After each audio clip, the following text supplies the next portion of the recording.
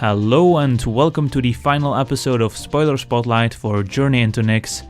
The entire set has been revealed, so there's plenty of cards. I won't be able to go over all of them, I'll just select a few of them that caught my attention and that might see some constructed play, so let's dive right into it.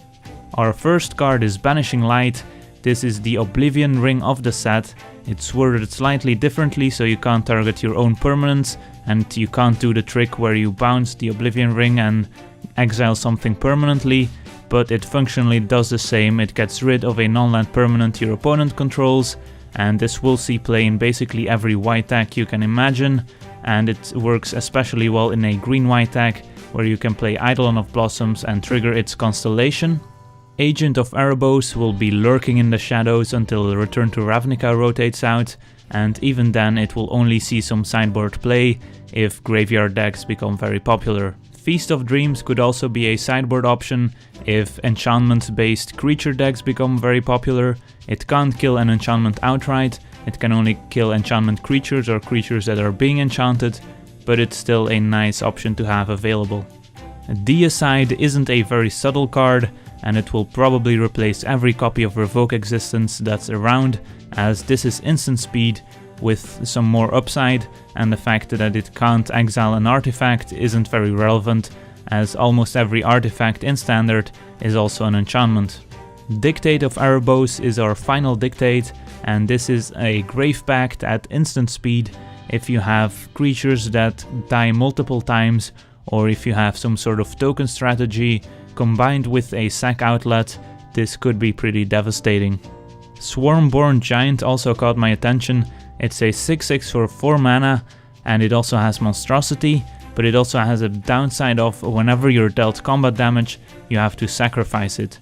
Now, this is a pretty huge downside, and you can't simply play it against a creature deck, but if you're playing against a control deck that doesn't have any creatures, then you get a 6/6 for 4 mana with some other upside, so it might see some sideboard play, and it wouldn't surprise me if it didn't.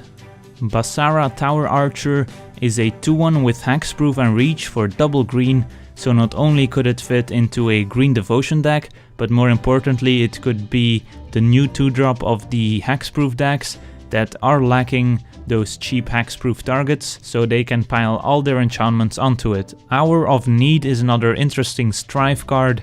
This one turns your creatures into 4/4 blue Sphinx creature tokens with flying, so if you combine this with the Thaumaturge we saw in the previous episode, you could be looking at a pretty explosive start. Brain Maggot joins Thoughtseize in the hand disruption department, and it does fit nicely into the black enchantment based deck. Magma Spray lies somewhere in between Shock and Pillar of Flame.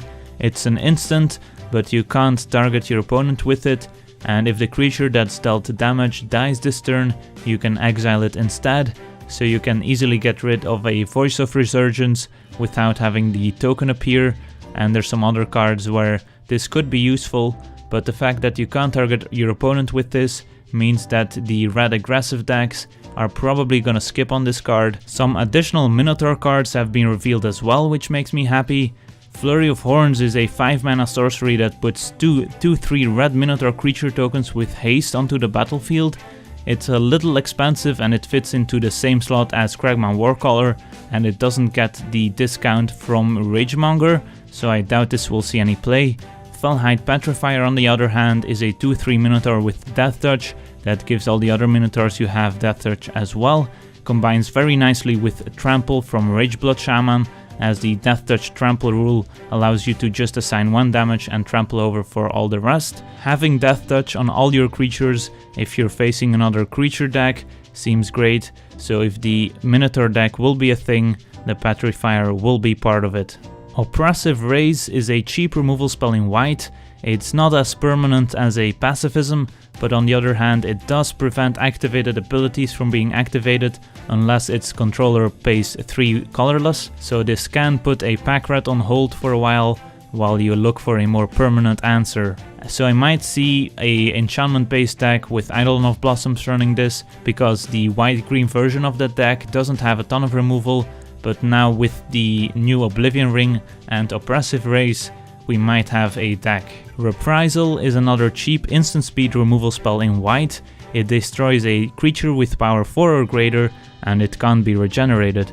So if you run this together with Last Breath, you've got all your numbers covered except for 3 power, so that could be the new sweet spot, but I doubt many decks will play this in the main deck.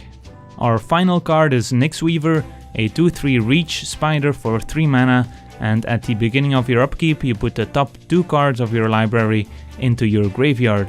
So it's a very nice way to fuel your graveyard for those graveyard strategies, and if that wasn't enough, it also has an activated ability where you exile it and you can return a target card from your graveyard to your hand. So just in Theros block, this goes hand in hand with Night Howler and Nemesis of Mortals. Alright, so this concludes this episode and the Spoiler Spotlight series for Journey Into Nyx. Let me know in the comments if you'd like this series to continue for future sets. Thank you for watching and have a nice day.